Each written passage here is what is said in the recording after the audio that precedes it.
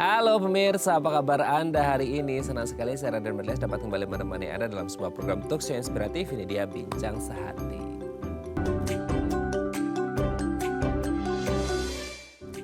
Ya pemirsa, kembali lagi beraktivitas di pekan ini. Mungkin Anda yang sudah kembali lagi ke ibu kota, kerantauan gitu ya. Kembali dari mudiknya, balik lagi ke kerjaan dan lain sebagainya.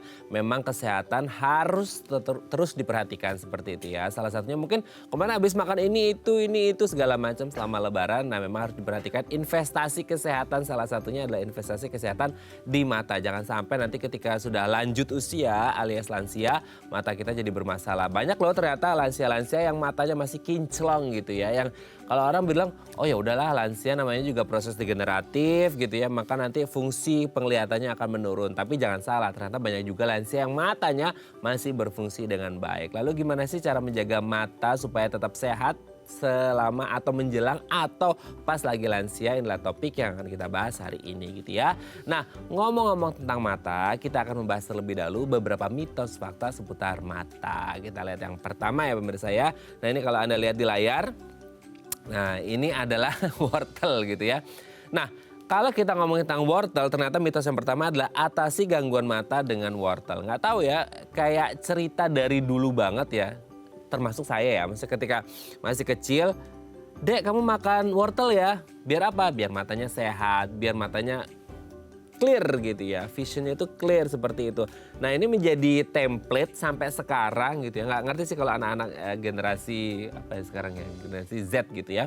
Kalau kita sih milenial gitu ya, apalagi baby boomers pasti ngertinya adalah oke, kalau ada masalah sama kesehatan mata atau supaya matanya tetap sehat, satu makanan yang wajib di top listnya, number one-nya malahan ya, di paling atasnya itu adalah wortel. Either itu mau dimakan secara langsung, di jus, di sayur atau apapun, pokoknya wortel adalah top markotopnya buah atau sayuran atau makanan yang paling bagus untuk kesehatan mata. Nanti akan kita bahas apakah memang wortel ini menjadi topnya gitu ya. Kalau ibarat buku itu mungkin best sellernya gitu ya. Yang menjadi penentu utama sehat atau nggak sehatnya mata seseorang. Oke, kita lanjut yang kedua pemirsa ya. Tanpa operasi katarak katanya bisa sembuh. Nah ini ya, sering kan ya Anda ngelihat apa yang disebutnya baksos ya, bakti sosial, tentang katarak atau operasi katarak deh di rumah sakit dan lain sebagainya. Kalau Anda mungkin browsing-browsing gitu ya, oh katarak itu kondisinya seperti ini gitu ya. Jadi bukan salah satu ya, paling direkomend dan salah satu cara terbaik untuk mengatasi katarak adalah dengan dioperasi. Nah pertanyaannya gini, mungkin di beberapa kasus gitu ya, di beberapa situasi ada orang yang nggak bisa atau takut nggak mau menjalani operasi dengan harapan kataraknya bisa sembuh tanpa operasi. Sementara selama ini kita taunya adalah ya udah ketika orang sudah divonis atau didiagnosis bahwa oh ini kondisinya sudah katarak, maka the only way untuk mengatasi masalah katarak ini adalah dengan tindakan operasi. Nah, apakah operasi ini menjadi jalan satu-satunya untuk mengobati katarak atau sebenarnya ada cara yang lain gitu ya yang bisa dilakukan tanpa operasi dan bisa menyembuhkan katarak? Karena katarak itu kan kayak kalau dioperasi berarti ada yang diangkat dan digantikan seperti itu ya. Nah, ketika tidak terjadi operasi, apakah bisa sembuh atau enggak, nanti akan kita bahas ya. Oke, kita lanjut yang ketiga pemirsa ya.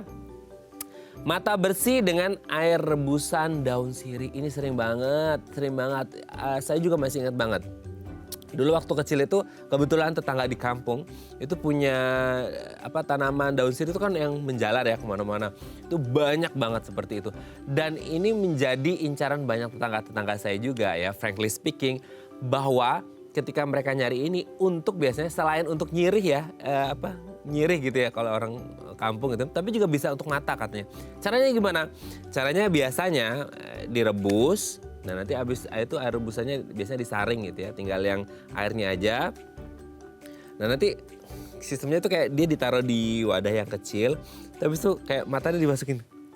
Itu gak kebayang sih perihnya kayak mana ya. Tapi gak ngerti, maksudnya ini works atau enggak sih ketika kita ngomongin mata bisa biar tetap bersih, biar tetap kinclong. Dan katanya kalau orang kayak pas dimasukin matanya di air rebusan daun sirih itu kan kerasa kayak apa ya, perih celkit-celkit gitu ya, bahasa Jermannya itu celkit-celkit. Nah itu katanya adalah membunuh kuman, bakteri dan lain sebagainya yang ada di mata. Dan katanya kalau orang kayak kelilipan gitu ya. Nah ketika dimasukin ke air rebusan daun sirih itu katanya nanti debunya atau apanya itu nanti akan keluar di situ. Nah nggak ngerti ya ini beneran fakta seperti itu atau mitos belaka atau justru malah jangan, nanti bahaya, itu bisa menginfeksi mata karena siapa tahu ada luka habis dikucek-kucek terus dikasih air rebusan daun sirih bisa bahaya gitu ya. Nanti akan kita bahas. Kita lanjut yang keempat pemirsa. Mata belekan atau merah menular jika saling menatap.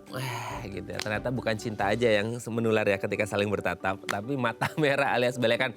Nggak ngerti, ini juga dari kecil ketika kita ngeliatin orang matanya merah atau belekan, selalu dibilangin sama ibu kita atau orang tua kita, jangan liatin dia, jangan liatin dia. Kenapa? Nanti kalau ngeliatin dia, matanya ikutan belekan juga. Nggak ngerti ya, itu belekan punya sistem hotspot kali ya, wifi gitu ya. Kan kita nggak bersentuhan ya, hanya melihat aja. Tapi bagaimana caranya entah itu kuman, bakteri dan lain sebagainya bisa terbang gitu ya. Nggak mungkin karena dia airborne juga atau nggak ngerti juga ya. Tapi intinya ketika dulu dikasih tahu jangan menatap orang yang lagi sakit mata, matanya merah atau belekan karena bisa saja menular. Nggak ngerti menularnya via nirkabel gitu ya atau sebenarnya bukan nirkabelnya. Sebenarnya mungkin ada mungkin ya si orang yang sakit ini lagi habis ngucek-ngucek matanya sakit. Habis itu salaman nih, kebetulan lagi lebaran gitu ya. Salaman minta maafan gitu.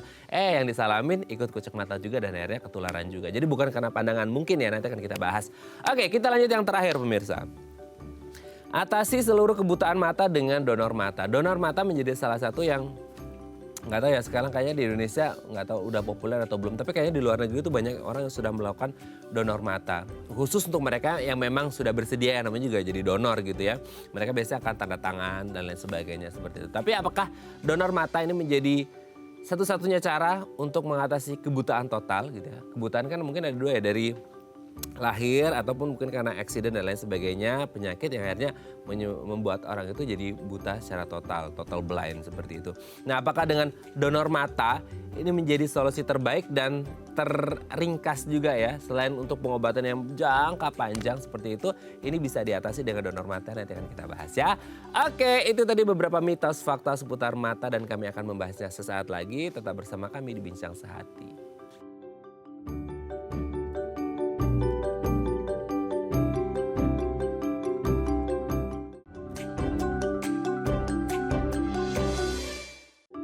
Baik, karena masih bersama kami di Bincang Sehati. Tadi di segmen sebelumnya kita sudah membahas ya, ada beberapa mitos atau fakta seputar kesehatan mata yang kayaknya udah terlanjur jadi template gitu ya di masyarakat kita, bahwa kalau ini ya begini, kalau itu ya begitu, ini nggak boleh, ini boleh, seperti itu. Nah, kita akan luruskan hari ini karena mata menjadi salah satu organ vital atau penting di tubuh kita. Nah, untuk membahasnya dan mengonfirmasi ini mitos belaka atau benar fakta, telah hadir bersama kami di studio Bincang Sehati ada Dr. Cynthia SPM, dokter spesialis mata dari Rumah Sakit St. Carolus Sumarekon Serpong. Selamat pagi Dr. Cynthia, apa kabar?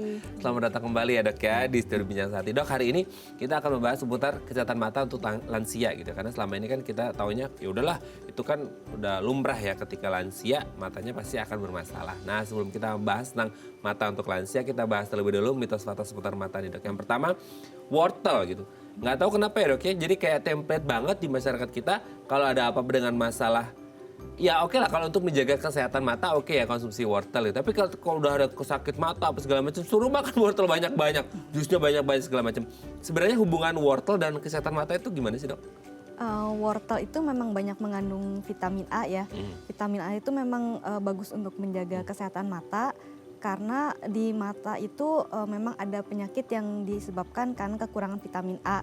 Misalnya buta senja, jadi kalau sore hari atau cahaya redup kesulitan untuk melihat. Itu karena gangguan di saraf matanya. Nah, itu mungkin bisa diatasi dengan wortel.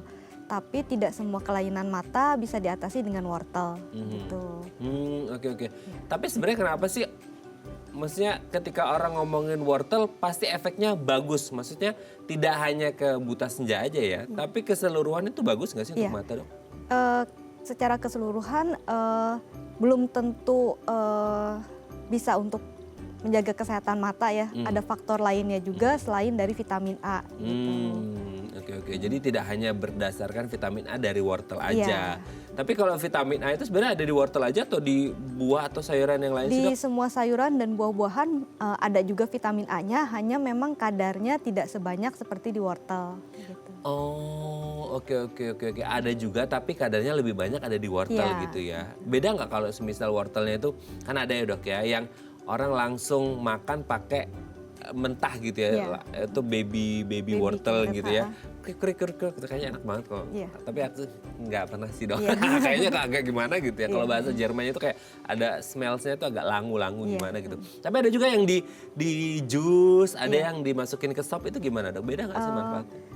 Lebih banyak memang jika dikonsumsi mentah ya. Kalau dimasak itu tergantung dari lama perebusan gitu. Terus tiap kandungan wortel juga lain-lain gitu. Jadi waktu saat ditanam itu kualitasnya apakah baik atau enggak tergantung dari perawatannya juga gitu. Oke. Makanya dulu di Fabel ya, cerita dongeng tentang hewan itu apa, kelinci ya? Apa sih suka makan wortel gitu ya. Makanya larinya cepat karena matanya kinclong gitu. Iya. Oke, Dok, kita lanjut yang kedua ya. Katarak. Nah, sebenarnya kalau kita ngomong katarak ini bisa disembuhin dengan operasi aja atau sebenarnya tanpa operasi pun katarak ini bisa sembuh sih, Dok? Harus dengan operasi. Oh, gitu. Iya. Kenapa harus dengan operasi, Dok? Jadi katarak itu kan lensa matanya keruh. Nah, lensa mata yang keruh ini kita ambil nanti diganti dengan lensa tanam atau lensa buatan ya gitu. Jadi kalau tanpa operasi lensa yang keruh itu tidak bisa menjadi jernih lagi karena proses di dalam lensanya sendiri dia tidak akan bisa membaik gitu. Karena sudah terjadi kelainan protein lensa, jadi dia malah akan bertambah semakin keruh gitu. Jadi harus diambil lalu diganti oleh lensa tanam. Gitu. Oke, ini pertanyaannya orang awam ya. Kita kayak lensa keruh. Kalau kita ngomong kayak lensa keruh itu kan kayak kaca yang keruh. Iya. Ibaratnya karena orang menghindari surgery tadi ya, Dok ya, menghindari operasi, ya kayak ya udah dibersihin aja kayak kaca yang keruh itu. Siapa tahu nanti bisa bening lagi. Nggak akan pernah bisa. Nggak bisa. Gitu. Karena sudah terjadi perubahan di protein lensanya, jadi dia tidak memungkinkan untuk menjadi jernih lagi. Gitu. Nah, Itu jadi harus lensanya itu maksudnya lensa dari donor orang atau memang lensa bisa diciptakan gitu? Untuk lensa tanamnya itu dibuat dari lensa seperti ibaratnya kayak kacamata gitu, jadi seperti lensa buatan. Nah, tapi dia dibentuk dalam desain khusus yang ditanam di dalam bola mata. Oh, gitu. itu safe ya? Safe, iya. Safe. Oke, Dok ya. Oke, kita lanjut yang ketiga, Dok. Nah, ini juga nih, ini agak ekstrim juga nih. Mata bisa segar, cerah, kinclong gitu dengan menyelupkan mata atau ditetesi air rebusan daun sirih. Nah, gimana, Dok? Ini mau nggak mau banyak di masyarakat kita gitu. Air rebusan daun sirih yang saya tahu mengandung bahan antiseptik ya, jadi dia mempunyai efek antibakteri. Nah, mungkin untuk beberapa kasus bisa dipakai, tapi harus dilihat juga apakah ada kelainan yang lain atau enggak. Misalnya ada luka di korneanya atau enggak. Terus air rebusan itu apakah benar-benar steril atau malah menimbulkan komplikasi yang lebih lanjut. Atau misalnya air rebusannya malah kotor, malah yang mata tadinya baik-baik aja malah terinfeksi gitu. Tapi mungkin nggak sih, Dok, kan kalau air rebusan kan berarti dimasak ya. Iya. Kayak dimasak kan berarti suhu tertentu panas sampai mendidih dan kemungkinan kuman atau bakteri di air itu bisa mati nggak sih? Maksudnya kayak mungkin ada bakteri kuman di air itu karena mungkin kita nggak ngerti ya ngambil airnya di mana. Sama mungkin di daun sirihnya kan ditanam di luar outdoor.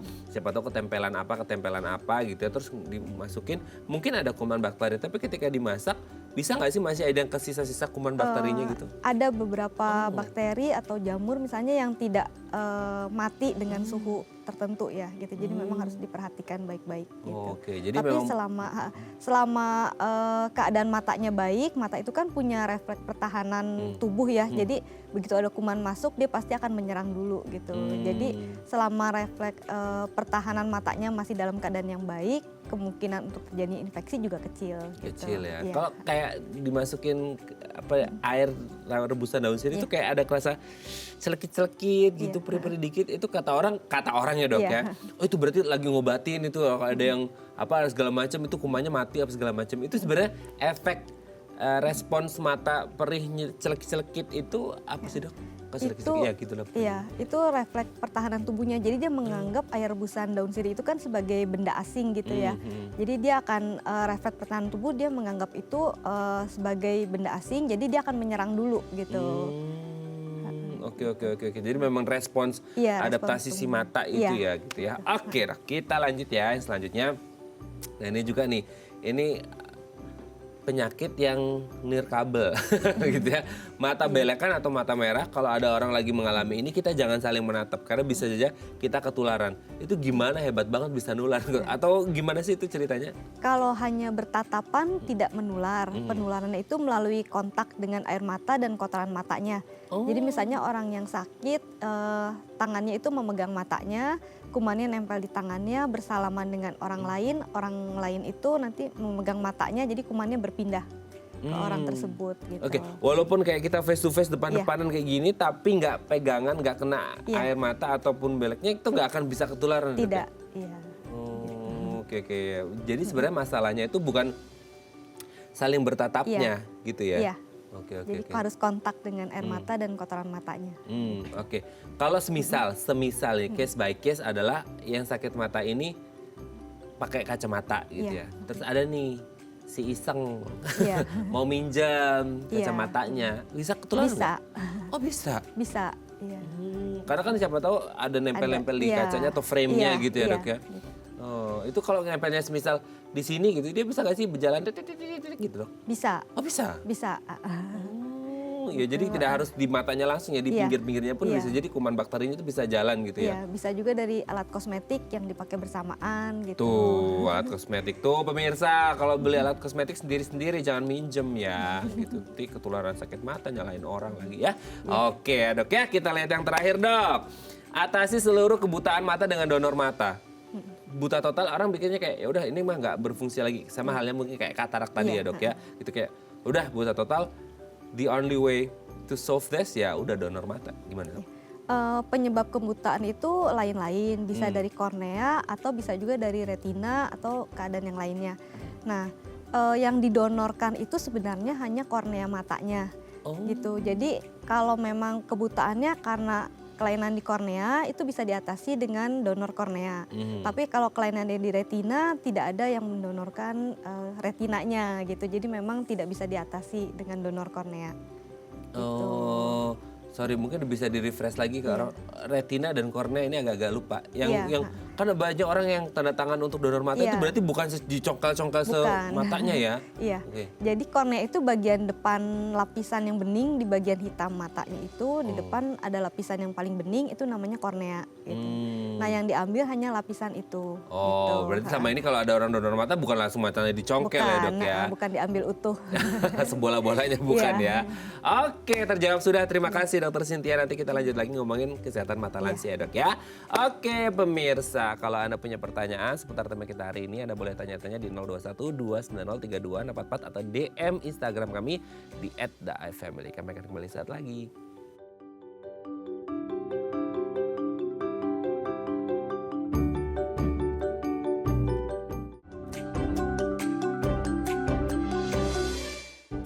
Baik, Anda masih bersama kami di Bincang Sehati. Kita masih membahas tema kita hari ini, mata sehat untuk lansia. Jadi kalau kita pikir, oke, lansia itu pasti akan penyakit apa ya? Diabetes lah, hipertensi lah, kolesterol lah, matanya mulai rabun lah, demensia dan lain sebagainya. Itu beberapa stereotip yang kita pikir, oke, ini kayaknya kalau lansia akan mengalami ini dan itu dan lain sebagainya. Tapi khusus untuk yang mata ya, ternyata ada juga lansia-lansia yang matanya masih kinclong. Nah, kita akan cari tahu hari ini kenapa matanya bisa kinclong, kenapa matanya banyak yang nggak bisa lihat harus pakai kacamata seperti itu ya. Nah kalau Anda punya pertanyaan seputar tema kita hari ini boleh ya tanya-tanya di 021-290-3244 atau DM Instagram kami di @dafamily. Kita masih bersama dengan Dr. Cynthia SPM, dokter spesialis mata dari Rumah Sakit St. Carolus Summarecon Serpong. Oke, kita lanjut lagi Dr. Cynthia. Sebelum kita bahas penyakit-penyakit apa aja gitu ya. Sebenarnya ini mungkin pertanyaan yang sering aku tanyakan tapi banyak juga yang belum tahu juga nih ya. Dan kadang-kadang aku lupa-lupa ingat juga gitu. Aku bisa melihat di posisi sekarang, oh dokter Cynthia ini rambutnya segini, pakai baju putih, pakai baju warna krem gitu. Terus ada sofa juga warna krem gitu. Kan kayak sesuatu yang dari real object terus diterima sama pandangan kita, terus diterima di otak. Itu gimana sih proses melihat seseorang itu dok? Ada jarak penglihatan, jadi bayangan itu nanti akan lewat ke jalur penglihatan, mulai dari kornea, bilik mata depan, lensa, bilik mata belakang, dan retina, lalu dikirimkan sinyal ke otak gitu. Nanti dari otak akan diolah, jadi kita bisa menyadari bahwa apa barang yang kita lihat. Gitu. Oh, jadi kayak ada apa yang di depan, otot intinya masuk ke sensor otak bahwa ini gitu ya. Berarti kalau ada yang bermasalah sama pandangannya, entah dia minus, rabun atau yang lain sebagainya, dia bermasalahnya di garda terdepan matanya, karena akhirnya tidak bisa ngirim sinyal ke otak atau gimana dok? Jadi kalau ada kelainan atau kekeruhan di salah satu organ tersebut, penglihatan kita akan kurang jelas. Nah itu akan mengirim sinyal ke otak bahwa otak itu tidak bisa menerima benda apa yang kita lihat gitu, karena kurang jelas gitu. Oke, baik dia katarak dan lain sebagainya, karena kan objeknya jadi nggak kedetek secara clear ya, karena kan mungkin ada ya tadi ya lensanya keruh dan lain sebagainya, jadi kayak dari matanya itu nggak bisa ngirim sinyal ke otak bahwa apa yang dilihat itu bisa dicerna oleh si otak gitu ya. Gitu. Nah biasanya yang paling berisiko berarti yang paling luar dok, atau tidak juga yang di dalam juga bisa gitu? Yang memang yang awal permulaannya itu memang dari bagian depan, jadi mulai dari kornea, lensa, tapi tidak menutup juga kemungkinan kelainan di bagian belakangnya. Jadi semua jalurnya itu harus benar-benar sehat. Gitu. Kalau ada satu yang kelainan itu penglihatan pasti akan terganggu. Oh, nyambung nggak sih dok? Maksudnya kayak kita di luarnya gitu ya sakit terus tiba-tiba dia bisa aja merembet ke dalam gitu? Bisa. Oh, oke. Oke, nah biasanya ini kan kalau ini kita ya sebagai orang yang ngeliat kayak mata ini kan sesuatu yang apa sih kayak rentan, ringkih gitu ya. Kadang-kadang kita kayak kemasukan debu atau apa gatel ngucek-ngucek, itu bisa berdampak pada kesehatan mata nggak sih? Bisa. Jadi kalau kita kucek mata itu takutnya ada debu masuk, kita kucek justru debunya itu akan menggores korneanya, jadi menimbulkan luka di korneanya. Atau tangan kita kotor justru akan membawa kuman masuk ke mata, jadi menyebabkan peradangan di matanya. Gitu. Kalau ibarat kayak kendaraan tuh ada masa pakainya gitu ya. Kalau mata juga bisa mengaruhi masa pakai mata, masa sehat mata nggak sih ketika ada kucekan dan lain sebagainya gitu dong? Tergantung dari keadaan yang lainnya gitu. Apakah misalnya ada penyakit sistemik yang mengalami komplikasi ke mata gitu juga bisa. Gitu. Bisa ya, oke. Nah ngomongin masalah sistemik gitu ya, metabolik, degeneratif, ini kan saling nyambung gitu ya dok ya. Yang paling berisiko selalu kita bilangin di sini adalah kalangan lansia gitu ya. Lanjut usia, teman-teman yang sudah senior gitu, opa oma. Nah sebenarnya kalau kita ngomongin lansia itu sebenarnya fungsi mata itu memang secara alami degeneratif itu pasti akan menurun atau enggak sih dok? Fungsi mata secara pasti akan menurun. Jadi bisa kita lihat misalnya mulai usia 40 tahun itu pasti perlu kacamata baca gitu. Jadi kalau untuk membaca sudah mulai agak kesulitan gitu. Itu termasuk salah satu proses degeneratif atau proses penuaan. Tapi proses degeneratif ini banyak ya, jadi bisa memerlukan kacamata baca atau bisa juga terjadinya katarak atau kelainan di saraf matanya. Nah itu dipengaruhi oleh faktor lainnya juga gitu. Jadi tergantung proses penuaannya ini berjalan dengan lebih cepat atau sesuai waktunya atau bisa juga lebih lambat gitu. Tapi sehat atau tidaknya kesehatan mata seorang lansia ini bisa jadi karena pola hidup atau lifestyle dia sewaktu muda nggak sih? Maksudnya kayak makan, istirahat, berpikir. dan lain sebagainya Iya. itu pengaruh nggak sih ke Iya. tua nanti ketika ngomongin kesehatan mata lansia itu, Dok? Ya, dipengaruhi oleh makanan, bisa juga oleh olahraga gitu. Jadi orang yang sering olahraga biasanya aliran darah di matanya itu akan lebih baik gitu ya dibanding orang jarang olahraga gitu. Terus banyak mengkonsumsi sayur dan buah yang banyak mengandung antioksidan, itu juga akan memperlambat proses penuaan atau proses degenerasi gitu. Nah, berarti kan ini ibaratnya investasi yang tidak baik untuk masa tua ya, karena dari mudanya udah nggak sehat. Iya. Nah, ini aja yang kalangan baby boomers, let's say sekarang kan yang udah opa-oma kayaknya kalangan generasi baby boomers gitu ya. Nah, kalau yang milenial, generasi Gen Y, Gen Z kan masih yang muda-muda gitu. Tapi kita sudah terpapar dengan screen Iya. time Iya. yang apalagi kita habis pandemi itu kemarin otomatis tuh kayak yang biasanya 9 to 5 kita hadapan sama orang kerja, kita kerjanya sama screen gitu. Dan screen time-nya pasti akan jauh lebih banyak. Ini bisa nggak sih akhirnya berdampak nanti ketika lansia, apa yang kita lakukan hari ini bisa jadi efeknya ke 10, 15, 20 tahun lebih? Bisa. Oh bisa? Iya, bisa. Oke, itu ngefeknya akan timbul bertahap atau nanti tiba-tiba udah pas lansia tiba-tiba langsung ada masalah nih gitu, Dok? Biasanya bertahap gitu. Jadi kelainan itu akan timbul secara pelan-pelan gitu. Oke. Tapi biasanya kalau kita secara umum ya, Dok, kayak lansia gitu. Biasanya kesehatan mata apa sih yang paling Dokter Cynthia temukan gitu ya? Ketika ada orang atau lansia yang datang gitu, kesehatan matanya, nah selama ini kan mungkin kita pikir kalau lansia katarak gitu ya. Nah sebenarnya di luar katarak atau mungkin katarak termasuk juga beberapa penyakit atau gangguan kesehatan mata yang sering banget prevalensinya paling tinggi di lansia itu apa, Dok?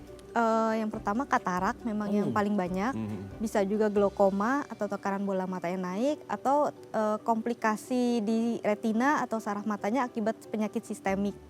Gitu. Bisa juga penyakit mata kering karena proses penuaan, jadi produksi air mata mulai menurun. Gitu.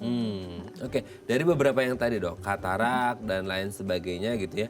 Itu sebenarnya kalau kita kaitkan dengan proses degeneratif, apakah hal yang normal bisa muncul katarak dan lain sebagainya? Karena kalau dibilang normal, ada juga kok lansia yang seumur hidupnya, maaf ya, maksudnya sampai meninggal pun tidak pernah mengalami katarak dan lain sebagainya gitu, Dok.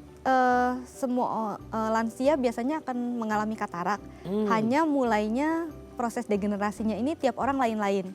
Ada yang misalnya di usia 40 atau 50 sudah mulai timbul. Atau ada juga atau bisa juga di usia 70 atau 80 gitu baru muncul. Dan kalau kataraknya ini masih tipis biasanya tidak begitu disadari gitu. Jadi buremnya itu masih baru sedikit, jadi biasanya tidak terlalu disadari gitu. Oke. Itu buremnya karena agak nyaru dikit kali ya, Dok. Jadi nggak kerasa bahwa itu ada menuju ke katarak gitu ya. Oke, Dok, nanti kita lanjut lagi ya di segmen selanjutnya ngomongin seputar mata sehat untuk lansia. Oke, pemirsa, kalau Anda masih punya pertanyaan seputar tema kita hari ini boleh ya tanya-tanya di 021 290 3244 atau DM Instagram kami di @dafamily. Kami akan kembali saat lagi.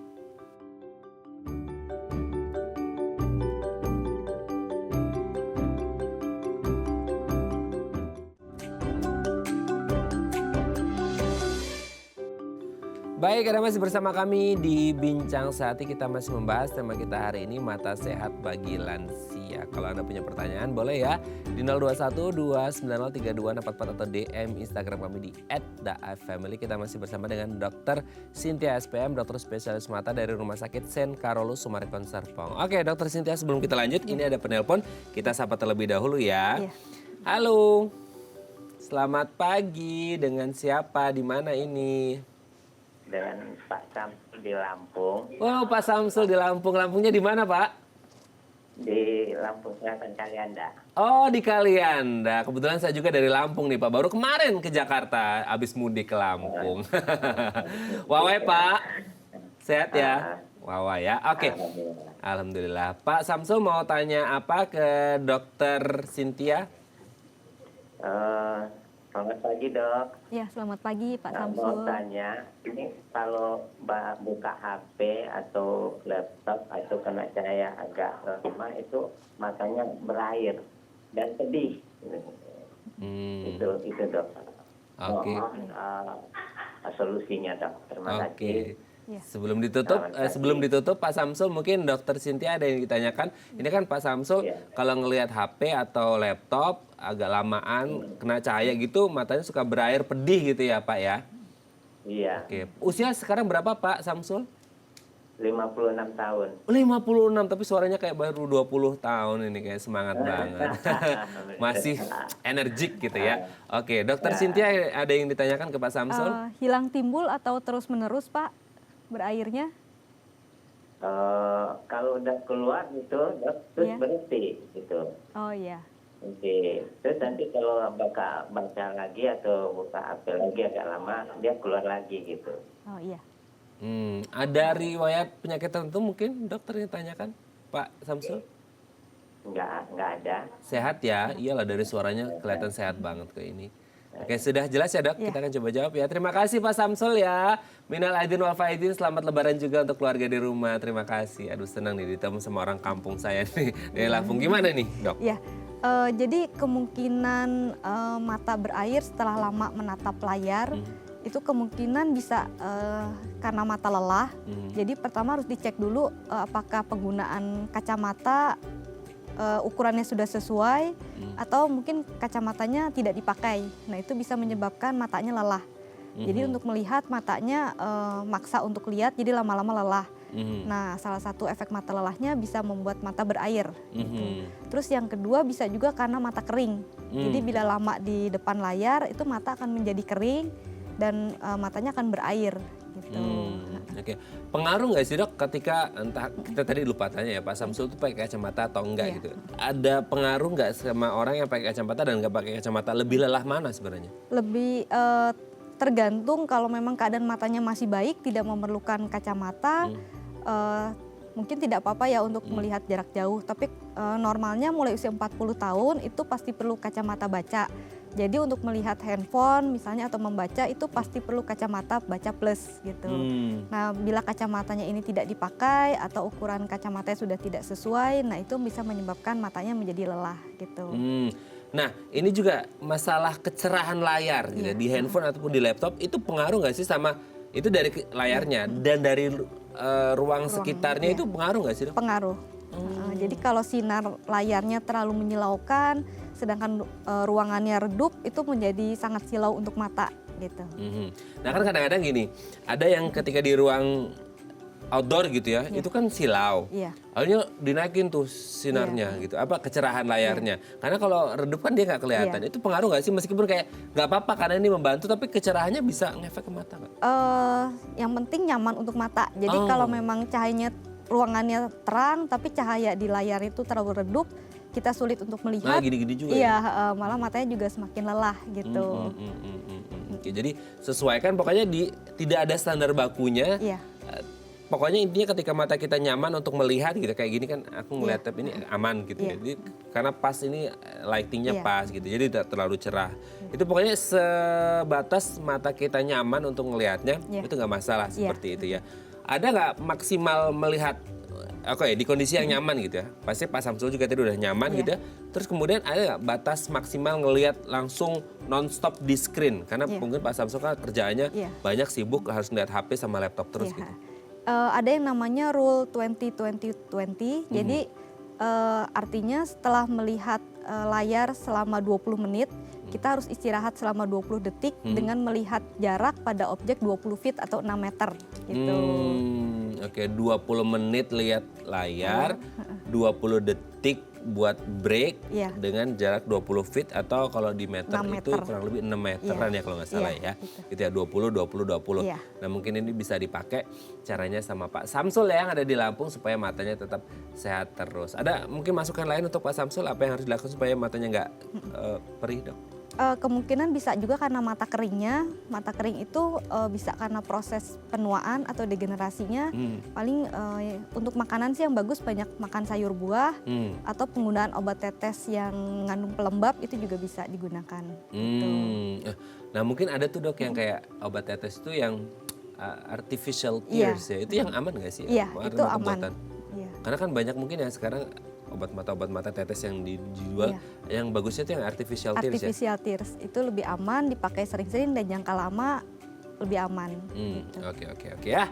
Semoga ini bisa menjawab pertanyaan Pak Samsul yang ada di Lampung ya. Oke dok, kita lanjut lagi ya setelah telepon. Ini ada DM Instagram.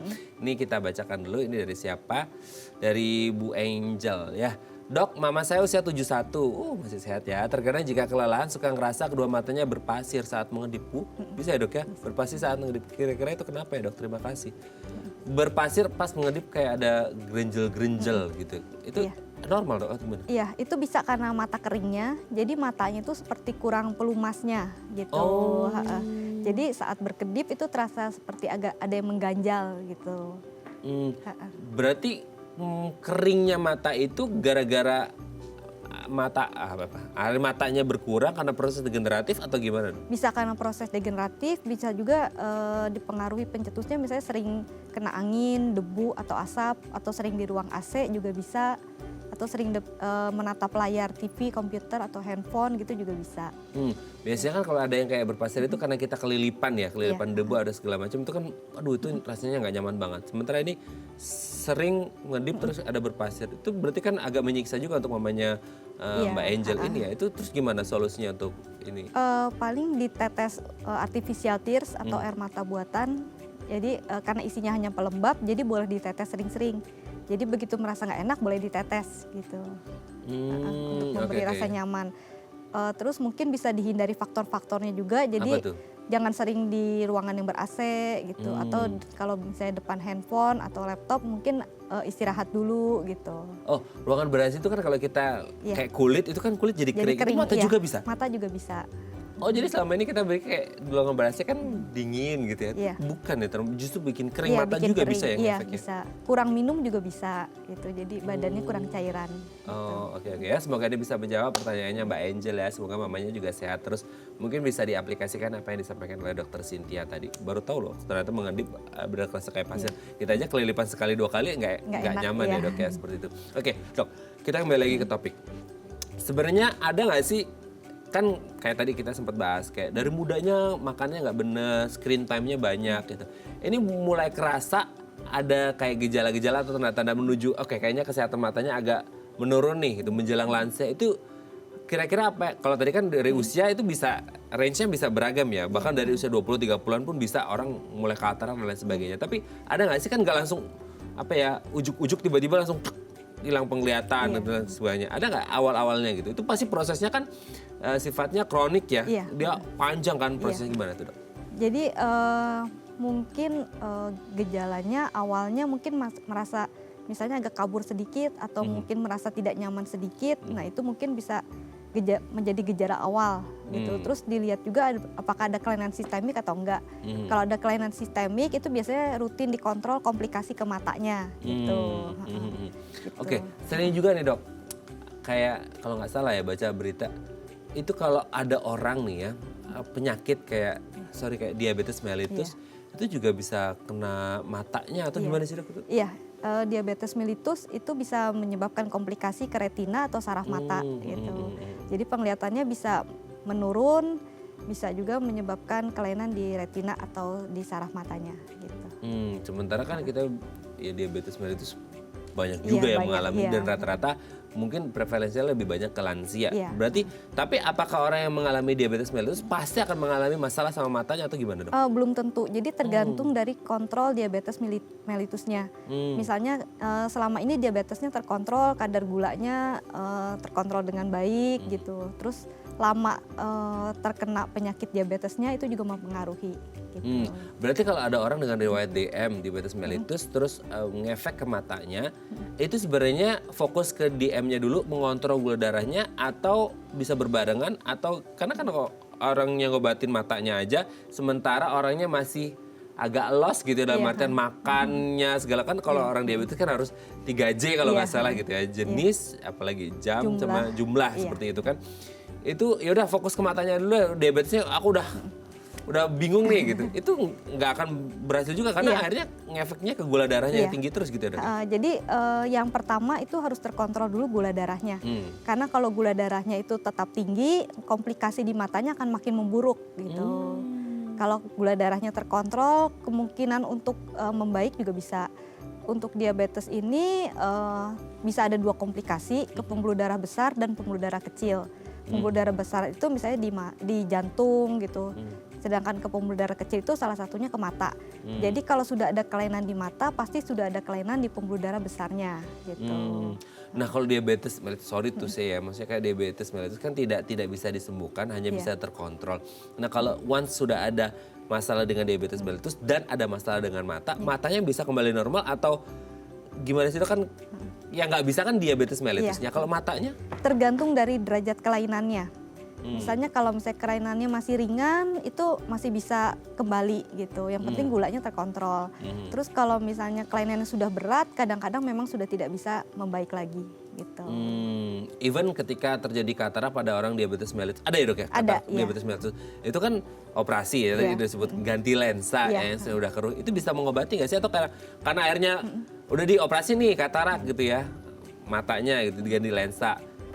Yang keruh diganti dengan lensa yang jernih lagi gitu. Tapi akhirnya setelah itu gula darahnya tetap lagi nggak terkontrol gitu. Itu gimana? Kalau komplikasinya hanya mengenai lensa, hanya menyebabkan katarak, itu mungkin setelah operasi masih bisa penglihatannya membaik. Tapi kalau komplikasinya sudah kena ke retina atau saraf matanya juga, kemungkinan penglihatannya juga tetap akan menurun. Gitu. Memang harus diawali dari pencetusnya awal ya. Salah satunya mungkin diabetes mellitus harus terkontrol gula darahnya gitu ya dok ya. Oke dok, nanti kita lanjut lagi ya di segmen terakhir ya. Oke pemirsa, kalau Anda masih punya pertanyaan boleh ya tanya-tanya di 021 290 3244 atau DM Instagram kami di @dafamily. Kami akan kembali saat lagi.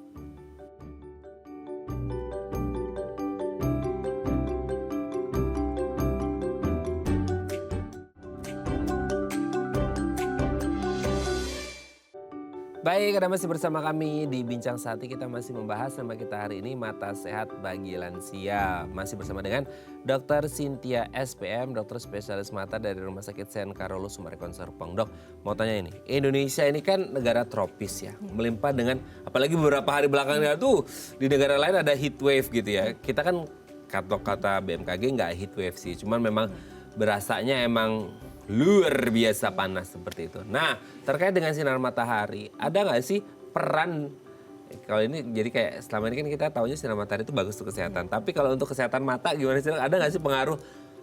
Apalagi kita tinggal di negara tropis yang kayaknya 365 hari kita diberikan banyak sekali sinar matahari untuk kesehatan mata kita. Kalau untuk kesehatan memang kita perlu sinar matahari, tapi kalau untuk mata sebaiknya tidak terpapar langsung oleh sinar matahari, karena sinar UV itu bisa merusak saraf mata, bisa juga menimbulkan kelainan di retina, bisa juga menimbulkan kelainan di lensa atau kornea. Bila terlalu intensitasnya terlalu terang atau terlalu kuat, itu bisa merusak mata gitu. Jadi disarankan kalau pergi keluar pakai kacamata hitam, payung atau topi gitu. Oke, dok, ini juga lumayan selama pandemi kemarin lumayan banyak yang berdebat masalah kalau sinar matahari untuk kulit. Nah itu untuk kulit ya, terkait masalah jamnya. Nah kalau sekarang kita bukan ngomongin kulit, kita ke matanya. Di jam berapa sih sinar matahari? Kan nggak mungkin ya kita nutupin mata terus kemana-mana biar nggak kena sinar matahari, kan nggak mungkin gitu. Di jam berapa sih mata itu bisa langsung terkena sinar matahari aman dan yang mungkin nggak aman untuk kesehatan mata kita? Jadi yang lebih aman di pagi hari, misalnya jam 7 sampai 10 itu kan intensitasnya belum terlalu terang ya. Jadi mungkin kita berjemur sekitar setengah jam gitu di luar masih aman. Tapi kalau misalnya jam 12 atau jam 1 itu kan sangat terik ya. Jadi mungkin kita hanya perlu 5 menit untuk keluar gitu. Jadi memang bisa disesuaikan dengan terik atau tidaknya matahari pada saat itu gitu ya. Nah, kalau akhirnya ada gangguan kesehatan sampai ya orang mengalami kebutaan, bisa nggak sih kan kalau di luar case accident ya, misalnya kecelakaan segala macam itu kan case by case gitu. Ada nggak sih yang lahirnya dia normal matanya, entah karena mungkin sistemik atau metabolik degeneratif, yang sampai pas lansia matanya bisa jadi buta, bahkan bisa jadi buta total gitu? Bisa. Karena biasanya masalah apa itu paling besar? Tergantung dari kelainannya. Jadi misalnya biasanya terjadi komplikasi gitu, bisa dari misalnya katarak yang tidak tertangani dengan baik juga bisa gitu. Bisa juga karena komplikasi penyakit sistemik, karena diabetes mellitus atau karena darah tinggi juga bisa. Gitu. Kalau kelainan secara genetik kan banyak ya, maksudnya orang lahir dengan kondisi-kondisi tertentu seperti itu ya. Kelainan genetik yang akhirnya masih kecil remaja tuh nggak ada masalah, tapi menjelang dewasa terus menjelang lansia tuh baru kelihatan tuh ada nggak kasus-kasus seperti itu dok? Glaukoma gitu bisa. Oke, itu bisa benar-benar berakhir pada yang the worst apa kita bilangnya, the worst skenario-nya itu apa dok? Bisa sampai terjadi kebutaan. Oh, kalau kebutaan karena glaukoma dan lain sebagainya itu karena genetik itu bisa sembuh atau enggak? Itu tergantung, jadi glaukoma itu bisa terkontrol. Jadi waktu kelainannya belum sampai menyebabkan kebutaan, itu bisa kita kontrol untuk mencegah supaya jangan sampai terjadi kebutaan gitu. Oke. Nah kalau akhirnya di masa lansia yang baru muncul itu, terus mencoba untuk mengobatinya, efektif nggak sih? Kan karena kita berpikir, udah lansia, udah proses degeneratif, tubuh aja udah nggak bisa ngerespon dengan baik kan gitu, nggak bisa disupport sama apa ya, support sistemnya tubuh gitu, gimana tuh dok? Tetap memberi manfaat ya, karena tetap bisa mengontrol untuk penglihatannya gitu. Jadi lebih ini nggak sih dok, pasca tindakan itu jadi harus lebih intens lagi nggak sih? Karena kita kan ngomong lansia itu imun sistemnya juga secara otomatis sudah menurun kan karena proses aging dan lain sebagainya. Itu untuk menjaganya harus lebih intensif lagi dong atau gimana? Belum tentu juga, jadi bisa aja sama dengan orang yang masih muda.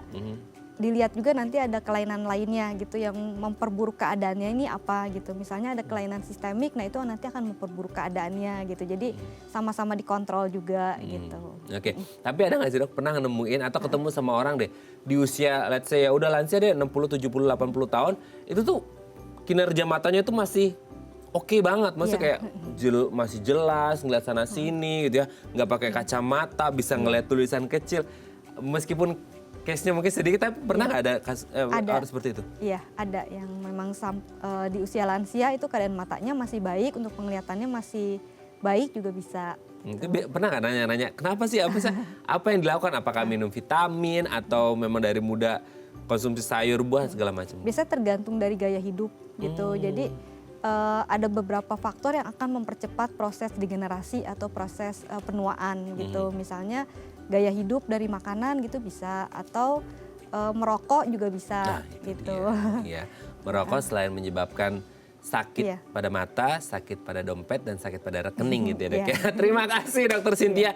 Ini semoga menjadi pembelajaran untuk kita semuanya supaya nanti ketika kita ya usia 50, 60 ya dari 40 ya tadi ya.